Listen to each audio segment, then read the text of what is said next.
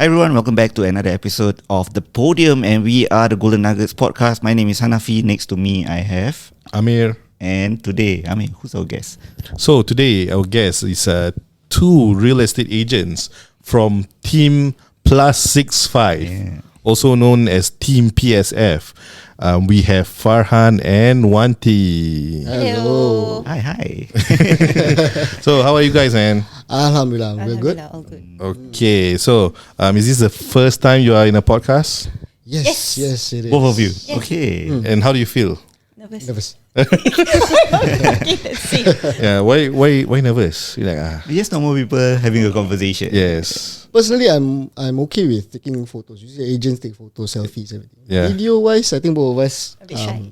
starting out. Okay. Yeah. Okay. Learning, still learning. Still learning. To Okay. be comfortable in front of camera. Okay. So Farhan, we can start with you. Can you share with the listeners who is Farhan, and also what do you do before you start your real estate journey?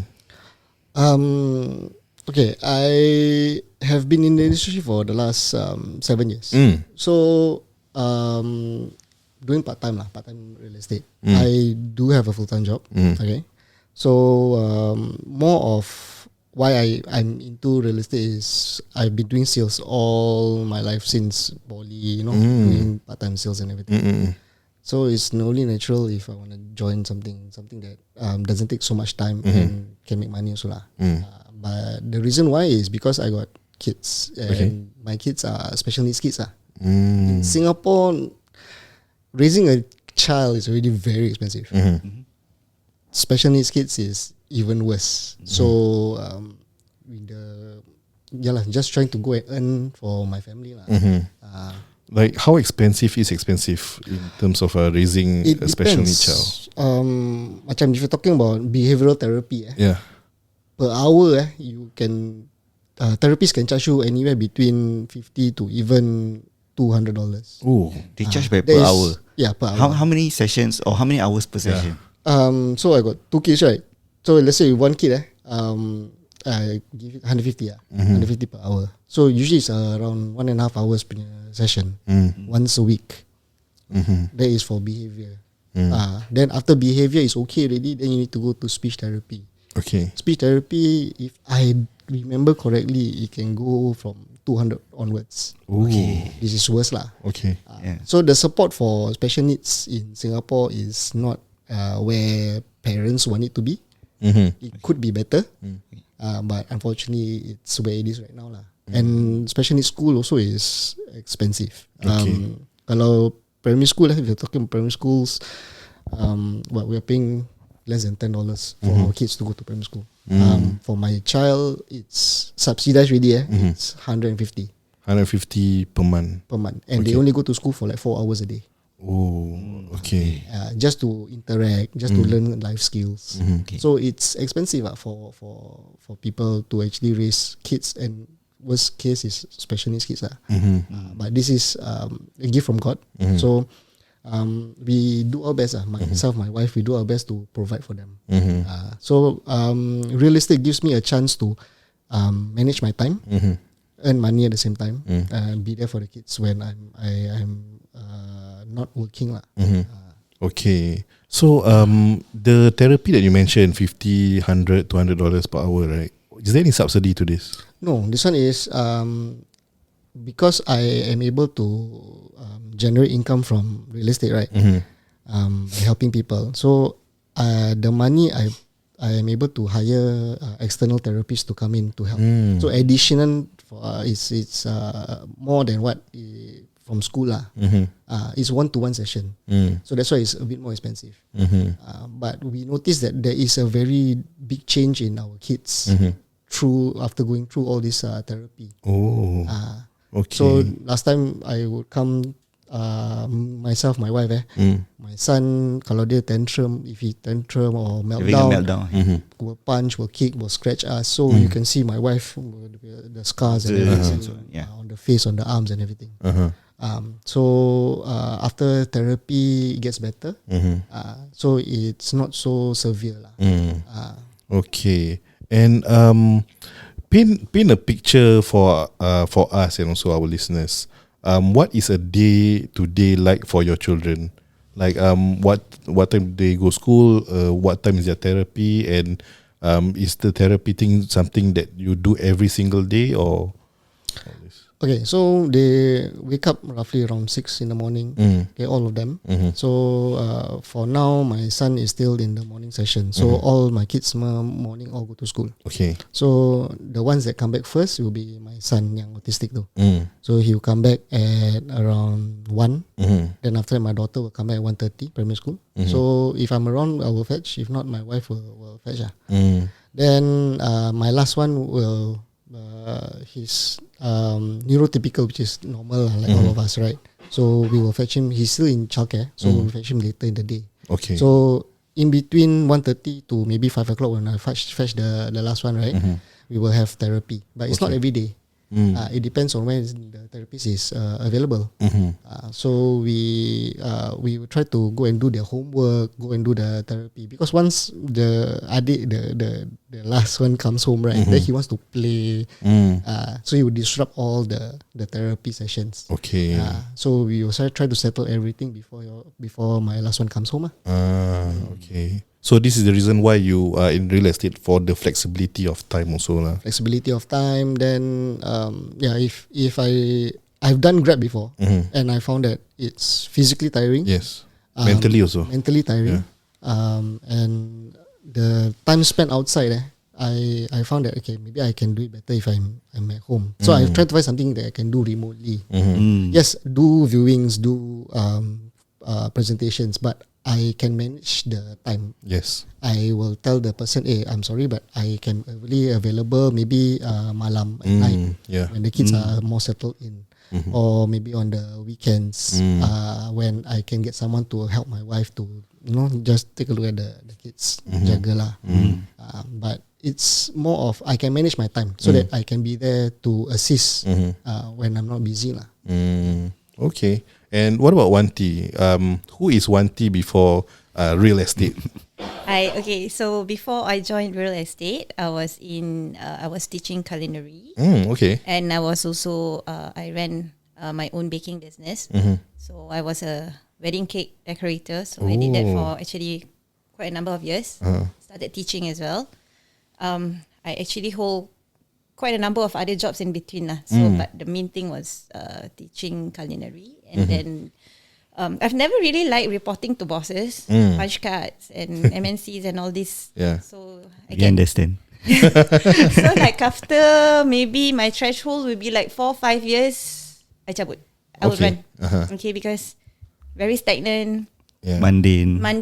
and do the same thing every day. So I get sick of it very fast. So I decided to jump industry with some my current mentor, pujuk, like, hey, join real estate, good money, can make money on your own free time, can do whatever you want in between, wake up late as and when you want, so so that's why I decided to join real estate lah. That's one of the reasons also. And how long already are you in the industry? This is my 4th year. Your fourth year. I can't really just. Okay, so you started your real estate journey during COVID. Yes, that's right. Okay. I started during COVID. So the first year was not too bad for a first time agent. But then again in this industry, it's ups and downs. Not every day is Sundays. So we have to keep on pushing ourselves and work hard to get leads and all that, and strong referrals lah.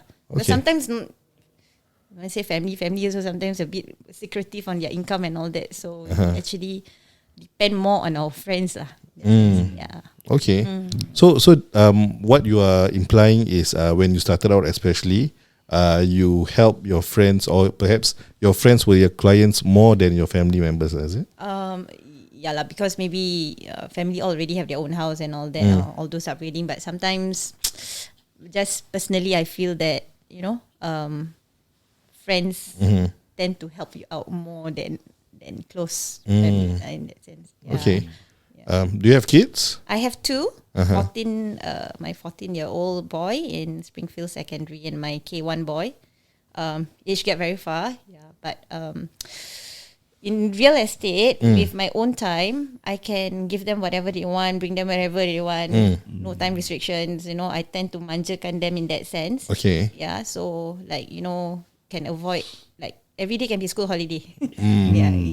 Yeah. And my boy climbs. He's trying to boulder professionally and go into bouldering and rock climbing. My first boy. okay. So he is training to that. So and it's not a cheap CCA or is it? So I'm trying to also work hard to send him out for better trainings. I get his personal coach and all that. I know like quite a number of people from that same secondary school, and they're all climbers. Really? Yeah, because you see, Springfield, I feel that the best CCA in that school is the OPC, the Outdoor Pursuits Club. So they really go all out into this club. Like a few camps every year. They send for a lot of competitions and all that. So it's a good growth for my child, my son, because he specifically selected this school for climbing. For that, okay. For that. Yeah. Springfield is Tampines. Yeah. Oh, near my house lah. Okay, the one opposite the Caltex, right? Yes, correct. Okay, correct. Yeah. Correct, that's right. Okay. Yeah. And 4 years in the real estate industry, how do you find the industry as compared to back when you were in culinary? Like when you were in culinary, I'm my own boss in my culinary, so I really plan everything on my own. My time, everything is. But with real estate, I do have to serve clients. We do have to plan carefully on their timelines and all that.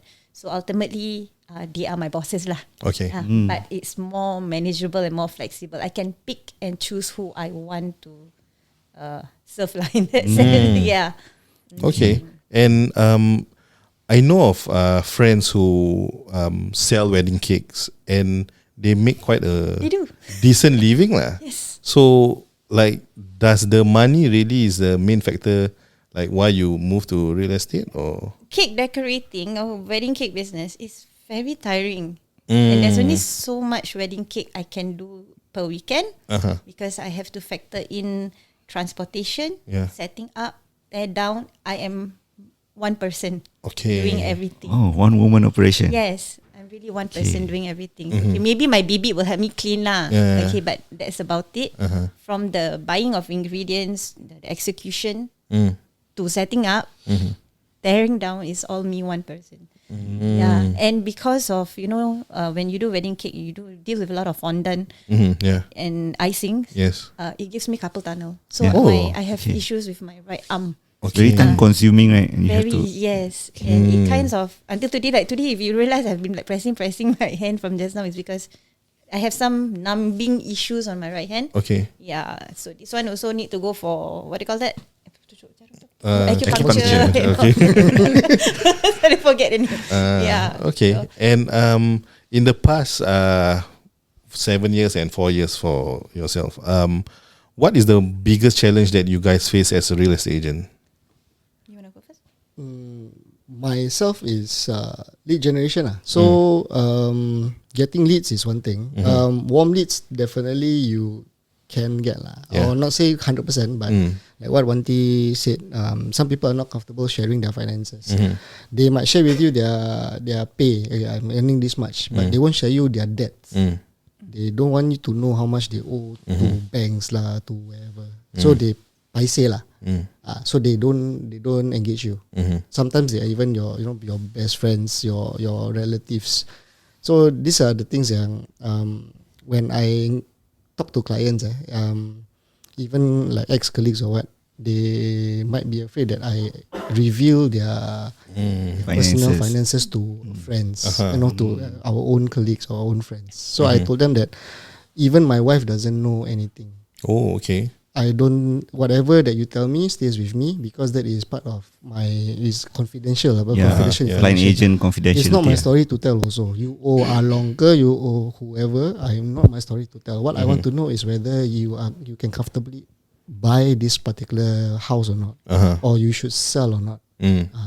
So when I meet with clients, I want to make sure that they trust me enough with all this information. But still, there are people who find that I shouldn't tell just in case lah. They will withhold some information. That would be the worst one, because if you withhold information, especially debts, it will jeopardize your loan and it might jeopardize the deal. So you need to be very upfront. But in order to be very upfront with me, I need to really gain their trust. So strangers tend to trust agents better than friends or family. But alhamdulillah, I have friends and family who have engaged my services before, and they trust me enough, and they didn't hear of people talking back to them. Farhan told me about this, but no.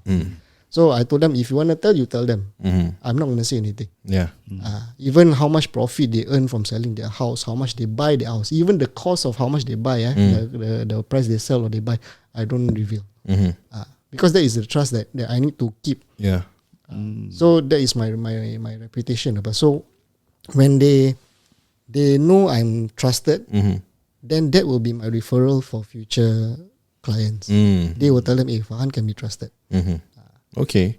Are there any instances where the wife or the husband tell you like I'm gonna give you this information, but do not disclose this to my husband. But you can still do your calculations on your end, right? Can. So I don't need to know how much you earn. I can tell you how to do it. If let's say you're very uncomfortable with telling me how much you earn per month, I can tell you how to do the mortgage calculation. Okay, I can give you the formula. You can do, and then you tell me whether you are comfortable with that amount or not for a monthly repayment for the house. I can do that for you. Okay. But if you want it easier, you have to tell me everything lah. Then I do one shot lah. But if let's say you really paise or you don't want me to know, okay, I give it to you. Okay. But after that, then you have to tell me you okay or not. If you're not okay, then we find something else.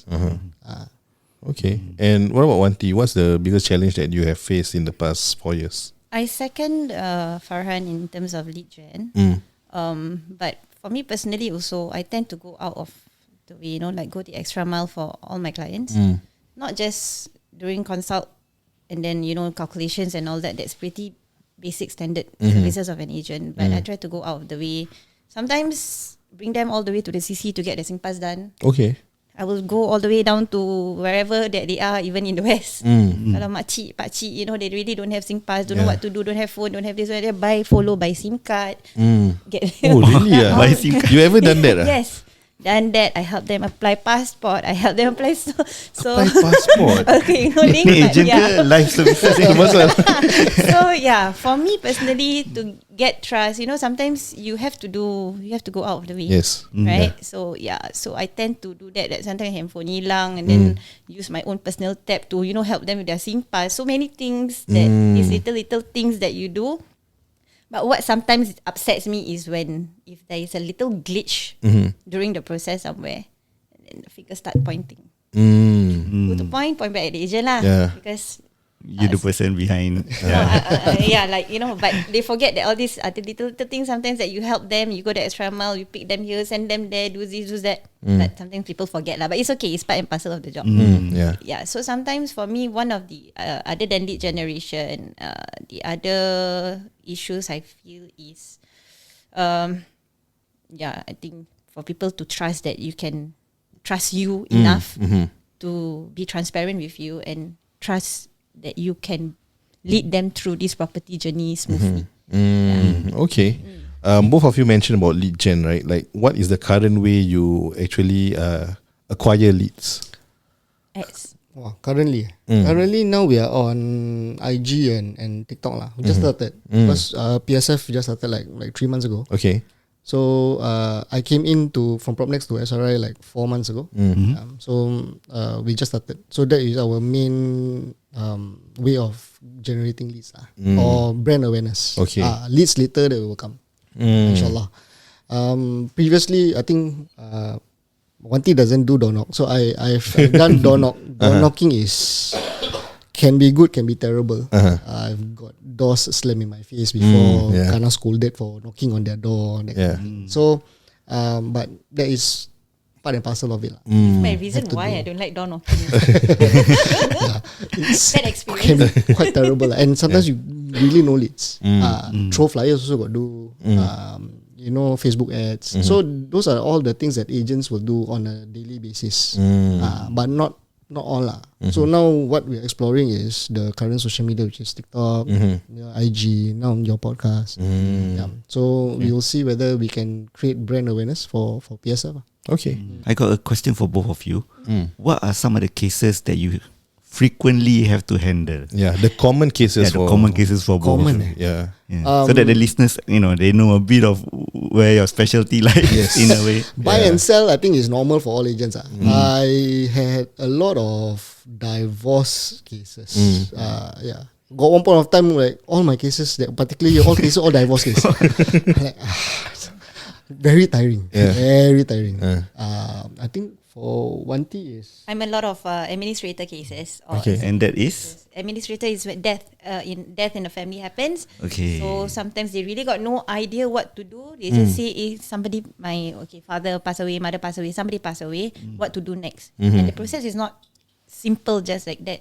We need to get lawyers in. We need to do notice of death. We need to check, get their administrator grants or letters of administration done, or if they have a will or no will. So it's very lengthy. So it's not very straightforward. But I think I've been given, a lot of administrator cases. So I think my specialty is more towards estate and inheritance, the distribution after that, and whatever advice that they may need from the start to the end, inshallah I can give them, can lead them through that journey smoothly lah.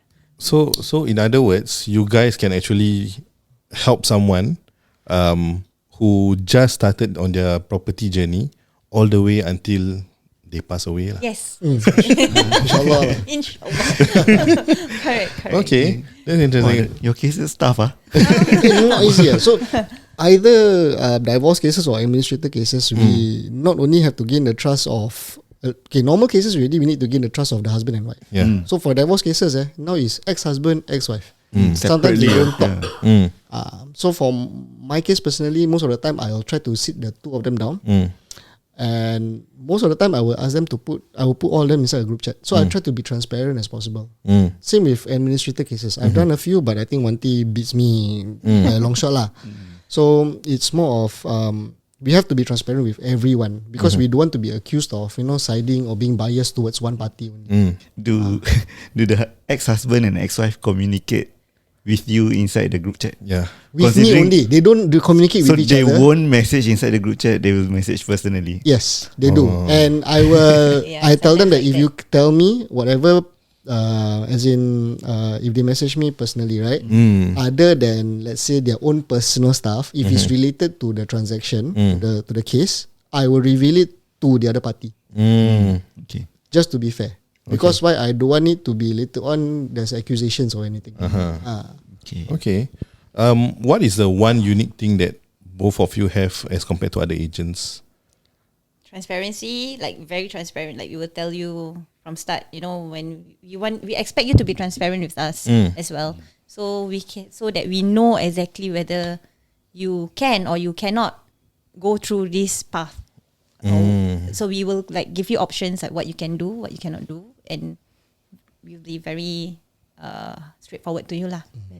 And I think the other one is more of how blunt we are as individuals, how straightforward we are. When I was looking for someone to partner up with, I wanted someone who is on the same wavelength or deals with clients the same way I do. So I needed someone to be really can be blunt with the clients. We don't sugarcoat things. We try to manage their expectations. So I'm not going to tell you it's a bed of roses. I'm going to sell you the sun, the moon. If you really cannot afford, I will tell you, no, sorry, you cannot afford. No point I tell you can afford. Then 10, 20 years down the road, then you come back, alamak, Farhan, tell me. Now I have to come out cash. Yeah. Yeah, the cash portion is always the issue. I will always ask them how much cash they are comfortable with to depart, every month. If they are not, no matter how much loan that you can qualify for, the maximum, I will bring it down to how much that you can actually afford realistically, if you do not want to include the cash portion. Okay. Despite having, you got no debts or whatsoever, I will still tell them the truth.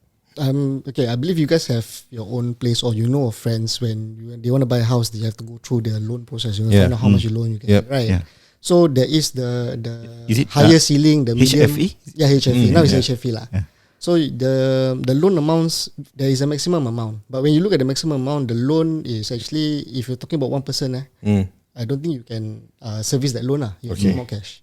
Okay. So especially with my Muslim clients, I will tell them, hey, you okay not with this amount? Because why? If let's say one day your wife tells you, Yang, I want to stop working. As a Muslim guy, I think you say you cannot say no lah, cannot lah. We just buy this condo. You can just buy this HDB. You cannot stop lah. So it's more of planning ahead. Okay.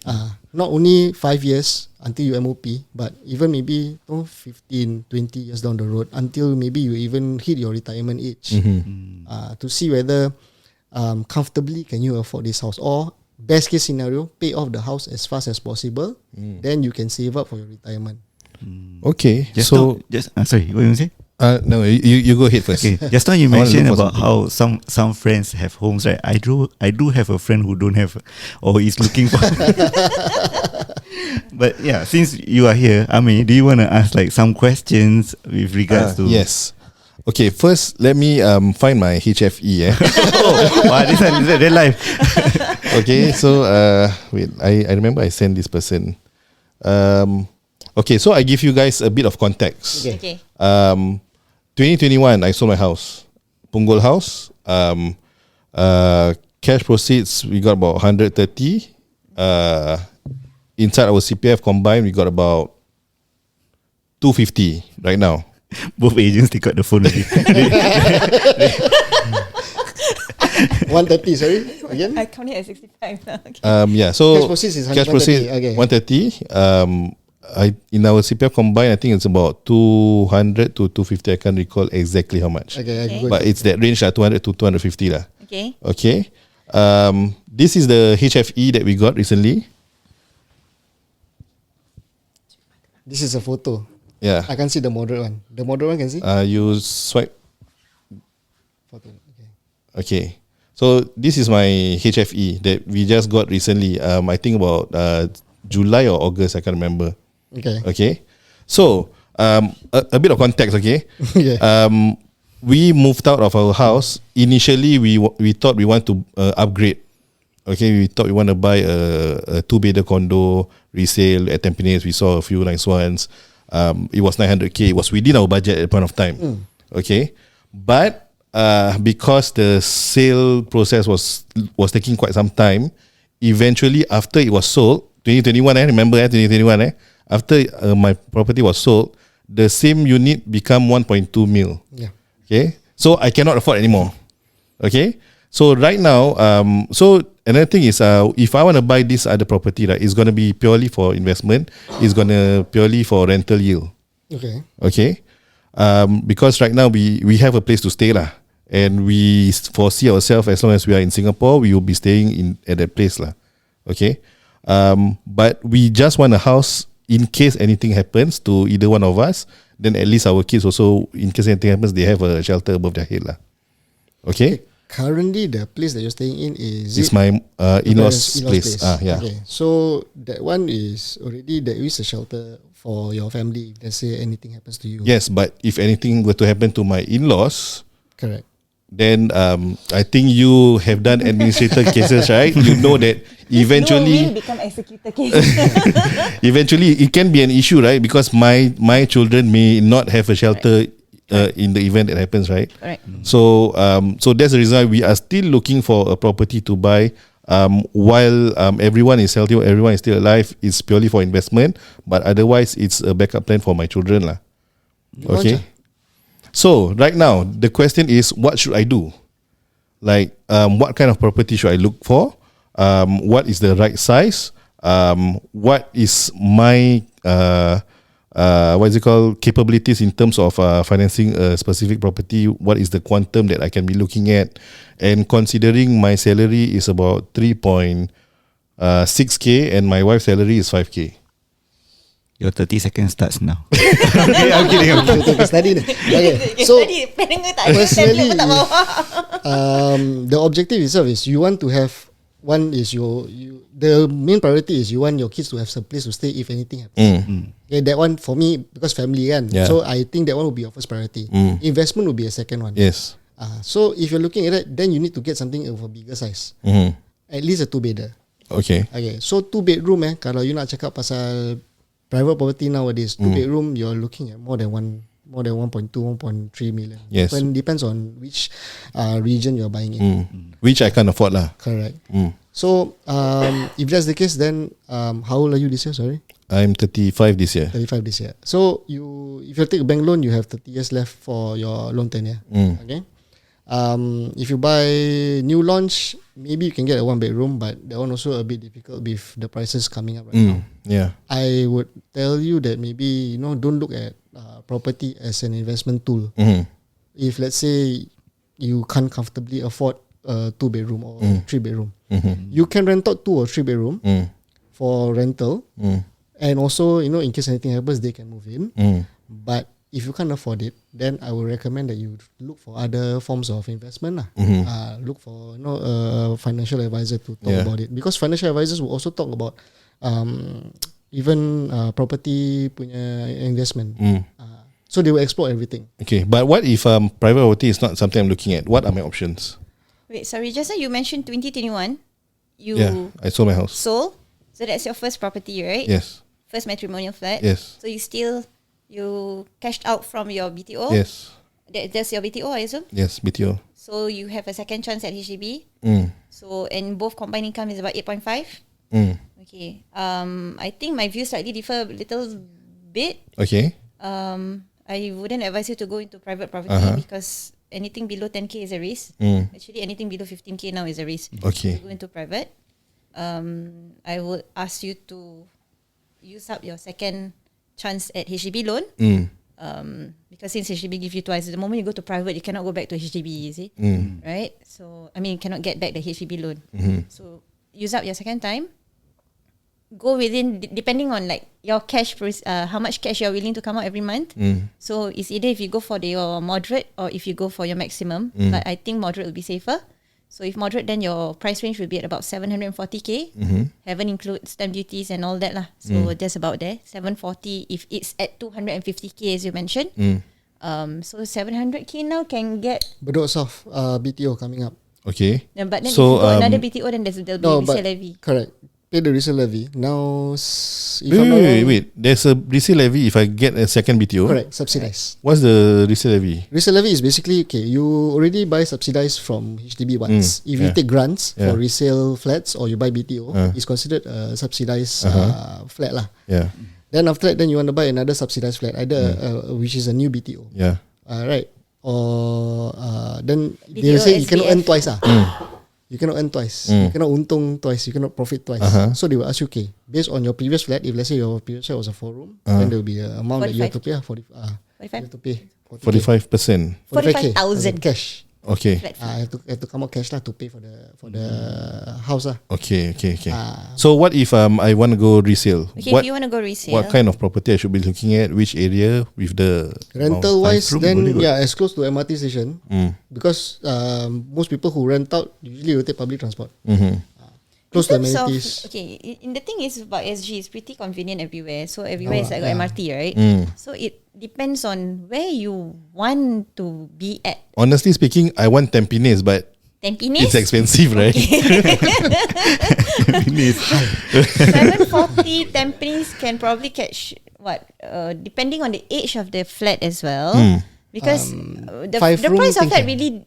really depends on the age of flat, the Yeah, type so of varies, unit, right? and So the what I was location. initially looking at was a 4-room old HDB, like The those. 100 and 204 square meters, that kind. Yes, correct, right? yeah. For You room want- HDB. Sorry, for myself, if let's say he wants to go and buy, usually we do that. We will just back and forth, trying to convince each other which one is the better idea lah, before we convince the client.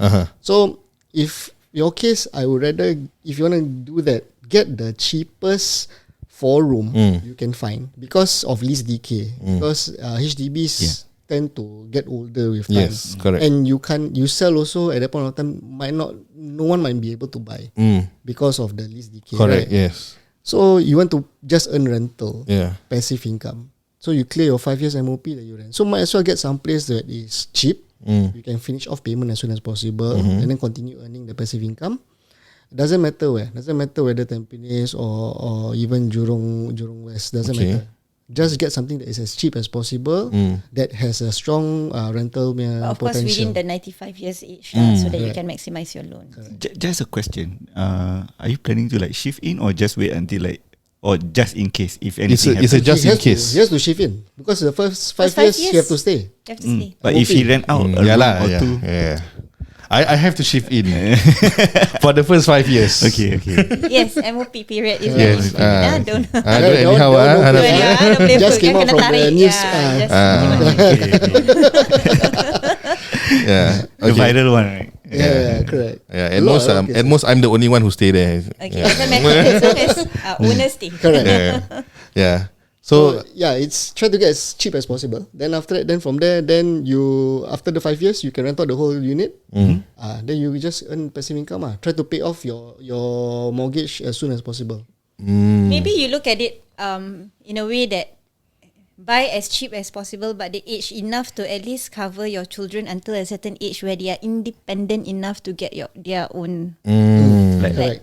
Don't buy something that is like 40 coming to 50 years old. Because I do That kind lah. previously have one client with a special needs child, so the parent have to take care. So they want a flat that lasts as long as that the child would live.